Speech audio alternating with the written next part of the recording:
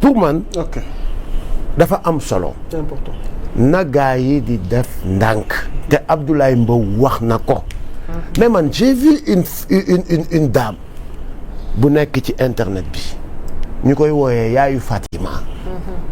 on m'a partagé tout à l'heure sa vidéo mais yaayu Fatima boobu dama gis vidéo mu naan ndax yëg ngeen ni état ba gouvernement baa ngi def lii ak lii ak lii ak lii ndax yëg ngeen ni saaku farine bi mu ngi doon jar vingt et quelques mille léegi mu ngi ci 13 000 ndax yëg ngeen effort yii nii ndax yëg ngeen ni le 21 bii nii Ousmane Sonko dina dem ca Koumpentoum lancer fa 1000 kii nii coopérative affaire yooyu ndax yëg ngeen lii ndax yëg ngeen lii waa léegi gars yi bu ñu génnee lu tax duñ parce que il ne faut pas tomber dans le piège de l'opposition parce que kuy opposé wu day opposé wu du la toog di la déglu naan noo xaaral ma xool lu am sens li Abdoulaye Mbow wax wala lu kii wax danaan xaaral ma xool lu ñàkk fay dama attardé wu ca manipuler profito ci waroo bàyyi faay tu viens wax nga ko yaa ngi ñëw ci école du parti c'est une occasion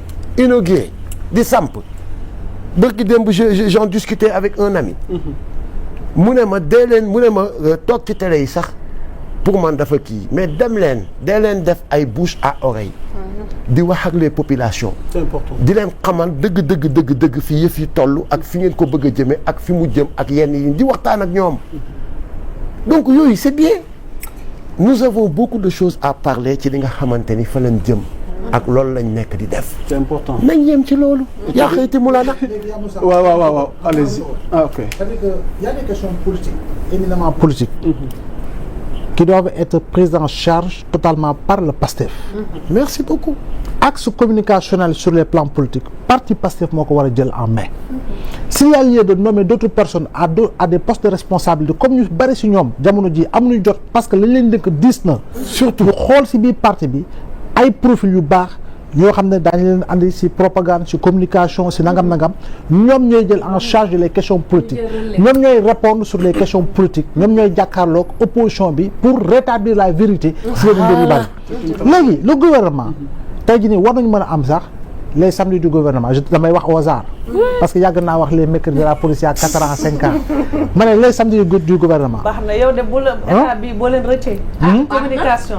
les samedis du gouvernement. c'est important. les samedis du gouvernement. parce que c'est la fin véritablement de la semaine. conseil des ministres bi am na. président jox na ay directives. wax na fu ñu toll les samedis du gouvernement le samedi ce sera le lieu pour revenir sur tous les grands axes yi nga xam ne gouvernement teg na ko def na ko wala bëgg na ko def. ñoom ñu àddu ak taskatu xibaar yi ak askan wi pour au moins le lundi que le gouvernement ait un relais communicationnel à travers les médias par rapport ak li nga xam ne moom la ñu jël comme engagement moom la ñu bëgg a jël si dette publique bi moom la ñu bëgg a liggéey si chômage des jeunes moom la ñu bëgg liggéey si wàllu industrie bi ñu tegee ko noonu gis nga axe boobu bu ñu ko defee jàpp naa ni dañu nekk si leneen ils seront concentrés chaque semaine ministère bu nekk dina ñëw jox porte-parole du gouvernement wala keneen si gouvernement ne ko lii laa jot a def fi lii le président sant fi la ñu yem et puis ñoom ñu communiquer ci loolu loolu rek laa bëggoon tëjee. c'est important xam naa nag comme ni ko Zeyna waxee waa BIG bureau d'information du gouvernement xam naa foog ngeen fay droit d'auteur après xalaat yi moo am na solo alors Zeyna deuxième point waxtaan wi ci yow laa bëgg a dikk parce que nag coowal loi d'interprétation loi d'amnistie bi ba tey mi ngi continuer ndax caat à travers Y'en a marre amal nañ sorti démb ñu dëkk ceeg yow. am na solo yaa Moussa je pense que ni mu ngi continuer ba tey ñu ci waxtaan muy nekk actualité ba tey ndax gisoon nañ depuis presque 2 semaines ñu ngi doon waxtaan ci li nga xam ne moo di loi d'amnistie bi ñu doon wax premièrement ci li nga xam ne moom moo di abrogation totale wala partielle ñu ñëw nag ci semaine bi ñu yees ñu xamal ñi nag à travers le député Amadou Ba ne sax dañuy proposer benn loi bu ñu tuddee loi interprétative mu mel ne nag wax jooju noonu dafa jul polémique ci toile bi ginnaaw ku ci nekk mu ngi ci sànni kàddoom waaye li gën a yëkkatiwaat cette question d'actualité bokk na ci sortie bi nga xam ne Thiat bokk ci yéen ci Y'en a marre amal na ko ni ki démb ginnaaw bi mu doon def conférence de presse foofu ca Ouest Foire wax ne nag loi bii nga xam ne moom la ñu proposé muy loi interprétative bi mascarade la et que politiciens yi war nañu respecter li nga xam ne moom moo di askan wi nee na dem ci loi d'interprétative bokkul ci li nga xam ne moo dëppoo ak jubal jubanti mu nekk kàddu yoo xamante ni depuis démb ba tey réplique yi bari na loolu déjà sama première question mooy ban aperçu nga am sur la sortie de Thiat. Aperçu bi may am ci la sortie de Thiat. mooy c'est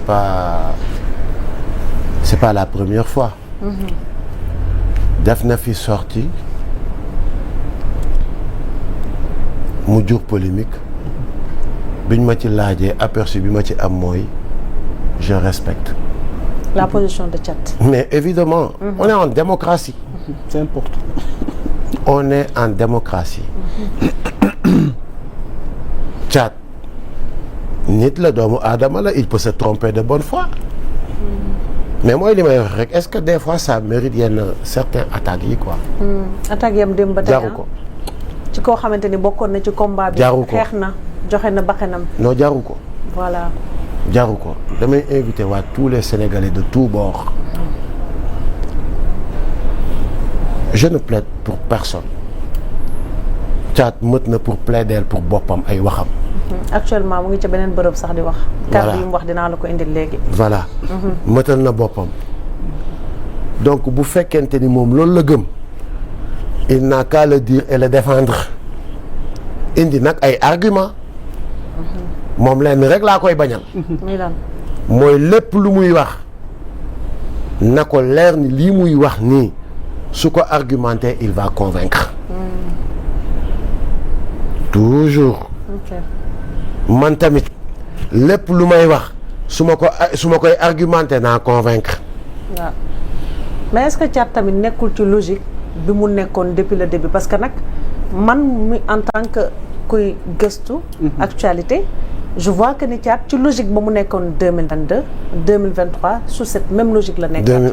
2011 parce que. non 2000 non 96. ça remonte bien longtemps. yow bu yàgg ak moom xam nga ni donc est-ce que tey ça mérite toute cette attaque sachant que Thiat aussi ci logique ba mu nekkoon tout au début ci la continue di nekk ba tey. non quand c'est à rappeler même Thiat dit que moom attaqué wul de. moom li mu def dafa simple. waaw li ngeen diggee woon par rapport à l'abrogation man moom rek laa. te mu bokkoon ci xeex bi. waaw non xam nga démb nee naa ko Thiat tu n'es pas juriste loolu man ak moom la quoi. waaw. ma ne ko j'espère que li nga taxaw di wax nii dem nga consulter des juristes des honnêtes juristes surtout ñu wax la li ngay ñu xamal la li ngay wax foo koy teg ci lan nga koy teg ci yan axe. juridiquement. parce que man waxuma c'est-à-dire xam nga tel que je connais Thiat waxeewul bakkanam. comme man waxeewuma suma bakkan. sérieusement quoi. mais le débat est technique hein. Merci beaucoup. Quand le débat est technique, moi je préfère vraiment me taire. Voilà, je préfère d'aller consulter des juristes. ne leen lii lan la. ñu waxal ma lan la. moi c'est tout ce que je lui ai demandé hein. mais pour taxaw défendre boppam wala mbëkkante gàjjante. non mën na ko. loolu moom duma ci dugg. mais juste. dafa am loo xamante ni des fois daf may reetaan loo. Zeyna dina leeral de. non dafa am loo xam ndax am na ñu ne sax. dafa am moom ngay tontu. xaw ma fu muus daan naa ne ñeex dafa tëj maa ngi ñëw. dafa am loo xamante ni des fois daf may reetaan loo. parce que après la sortie de Thiat. waaw ma gis suma benn vidéo boo xamante ni l'émission date de 10 jours ci ginnaaw. am na 10 jours c'est vrai. am na 10 jours ci ginnaaw. et quand même je parlais. on ne parlait pas sax de. opposition wala d'activiste wala de politicien. Le journaliste m'avait dit que ni d'après certains ñu ngi naan dëkk bi dafa dëgër dafa metti. mooy vidéo bi viral actuellement. waaw d'après certains ñu ngi naan dëkk bi dafa dëgër dafa metti. ma ne ko oui. ma ne ko c'est certain yooyu ngay wax noonu mooy ñi nga xamante ni dañu nekkoon ci toog muy dox. alors que les robinets sont fermés loolu amatu fi ndax Diomaye ak Sonko ils ne sont pas dans ça. fi muus doon ñaañee ñeex foofu looloo teg moi je faisais allusion waxuma woon naa ñu jël ko non sérieusement non de coïncidence am waa APR la dañoo jël vidéo bi antidaté ko maanaam synchroniser ko ak actualité gu maanaam loolu la bëgg leeral ni non déet Zeyna John verdict mi ngi accusé ça vraiment Zeyna yaa ngi est-ce que waa APR ñoo la ah déet Zeyna ça wax dëgg yàlla ak yonent bi en me connaissant waaw wax dëgg yàlla ak yonent bi waxuma la caat waaw parce que tey jii man Ousmane Sonko mi may àndal suma nawle la dëgg su yemee ci ni caat def na sorti ma defaat beneen sorti kii ak moom war na ma ragal moi je suis loyal et très fidèle en compagnonnage man gisuma lu ma jaral ci àdduna gisuma lu ma jaral ci àdduna gisuma luñ mën a tekki suma bët ba caat xëy bés muy taxaw fee di dóor may taxaw di fayu wala may